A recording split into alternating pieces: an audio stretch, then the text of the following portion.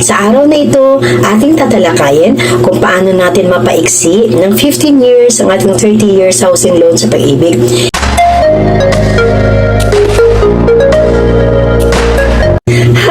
Hello mga ka-BDR! Isang masigla at pinagpalang araw sa inyong lahat. Narito na naman tayong muli at may panibagong topic tayong pag-uusapan ngayon. Sa araw na ito, ating tatalakayin kung paano natin mapaiksi ng 15 years ang ating 30 years housing loan sa Pag-ibig and through advance payment applied to principal. Ito ay base lamang sa aking mga nakausap doon mismo sa mga personnel ni Pag-ibig at kay Sir Jonathan Miglat na nagbigay sa akin ng Excel formula na ito. Maraming salamat, sir. Nung ako nakita ito mga ka-BDR, dito ko nakita kung yung aking monthly amortization, kung magkano lang ang napunta sa principal payment at halos lahat na pupunta doon sa interest. Mamaya po ipakita ko po sa inyo mga ka-BDR, pag-uusapan natin yan. Nung nag-apply pa lang kami para sa invitation to purchase, ay may na-meet kaming isa sa mga marketing associate ni Pag-ibig at pinayuhan niya kami na kailangan bayaran namin ng advance ang principal upang mapaiksi ang loan term namin. Need lamang po updated ang ating monthly amortization para ma-avail po natin tong advance payment to principal. Bukod doon, tumawag din ako sa Pag-ibig para masagot ang lahat ng aking mga katanungan about sa applied to principal payment. Sa narinig ko sa Pag-ibig, lalo kami na-encourage na gagawin para umiksi ang aming loan term to advance payment applied to principal. At pag nasimula na namin to, ay ikikwento sa inyo ang aking journey sa paghuhulog ng monthly amortization with advance payment for applied to principal. At ano ang maging epekto nito sa aming loan term? Yes. Ayun doon sa nakausap ko, ay maliit lamang pumapasok sa principal tuwing nagbabayad tayo ng ating monthly amortization dahil mostly mapasok ito sa interest. Every month, ang laki ng inuhulog natin sa monthly amortization at pag nag-check ka, halos hindi nabawasan ang kapital ng yung loan. Yes. Ito po pala optional lang mga ka-BDR at hindi mandatory. Pwede po niyong isabay sa monthly amortization nyo katulad sa aming gagawin. Magbabayad kami ng monthly amortization, then yung excess na aming ibinabayad, yung sobra po noon ay ilalagay po namin sa advance payment to principal. Pero siguraduhin lang po natin mga ka-BDR na tuwing magbabayad tayo sa branch ni Pag-ibig ay ating sabihin na ito po yung sa monthly amortization at yung iba po ay para sa advance payment to principal. Kung hindi po natin gagawin yung mga ka-BDR, yung excess po noon, hindi natin sabihin na for advance payment to principal, yung sobra ng ating ibinayad ay ilalagay lamang po sa ating next billing amortization, next month billing natin.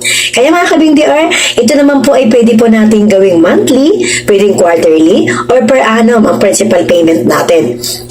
Ang applied to principal ay same amount lamang po sa ating monthly amortization. Hindi po ito pwedeng bumaba. Pwede po nating taasan para mas mabilis pong umiksi yung ating term. At hindi na po siya aabot ng 30 years, kundi maging 20, 15, or pwede din 10 years mga ka-BDR. Ipapakita po ko sa inyo na ito ay parang calculator sample, Excel format table para malaman natin ang breakdown, ang hulog natin, interest, principal, at pati na din kung anong effect kapag tayo ay nag-payment ng applied to principal.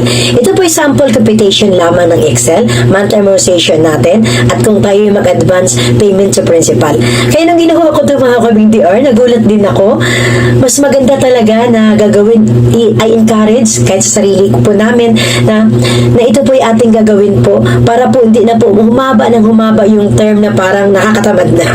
Kaya mas maganda po ito dahil di natin napansin na umiksi na pala. Kahit na yearly natin ito gagawin mga ka-BDR. Okay po, papunta na tayo sa ating Excel formula po para makita po natin yung computation po nito. Huwag kayo umalis.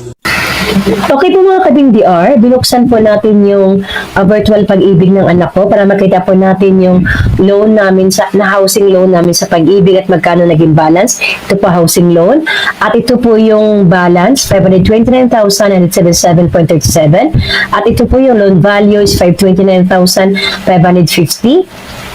Take out date November 30, 2023 at 30 years term. Interest rate po namin 6.25. Outstanding balance 529,177.37. Monthly amortization is 3,435.13. Kung ating makita mga ka-BDR is nakailang buwan na po kaming hulog.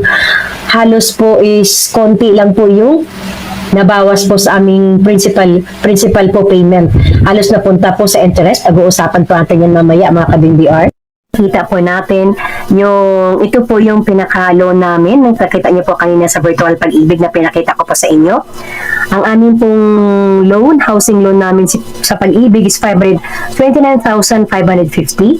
Annual rate 6.25% with years to pay is 30. Ayan po, once po na ito lang po yung editable mga kabing DR, at once po na ipasok nyo dito yung inyong loan at ilang percent ang rate na years to pay po, automatic mababago po ang computation na ito. Makakompute na po ninyo kung ilang buwan po kayo magbabayad hanggang kailan po kayo matatapos. Ayan po, kung makikita po natin, yung pag-ibig loan po namin is 529,550. Years to pay is 30. Yearly interest 6.25%. May monthly interest kami, 0.005208333. Months to pay, 360. Ang monthly amortization namin is 3,260.53. Di ba po kasama ang interest sa kwentahan nito mga kabing DR? Ayan po, kung tingnan po natin mga kabing DR, number of payments po namin is 360. Kung makita po natin, ayan po. 360 months, equivalent to 30 years.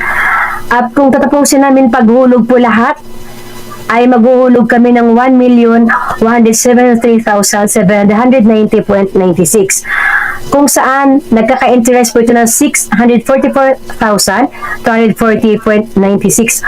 Tingnan po natin mga kabing DR, sa loan po naming 529,550 ay makikita po natin na ang interest po ay 644,000 at umabot po ito ng 1,173,000.96 something.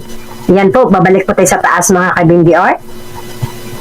At kung makikita po natin, ayan po yung monthly payment po namin, 3,260.53. Ayan po. Ang interest po ay 2,758.07 sa first payment po namin. Ang napunta lang po sa principal mga kabing DR, ayon sinabi ko kanina, is 502.46. Kung tingnan po natin sa 529,550, konti lang po yung na ibawas sa loan balance po natin.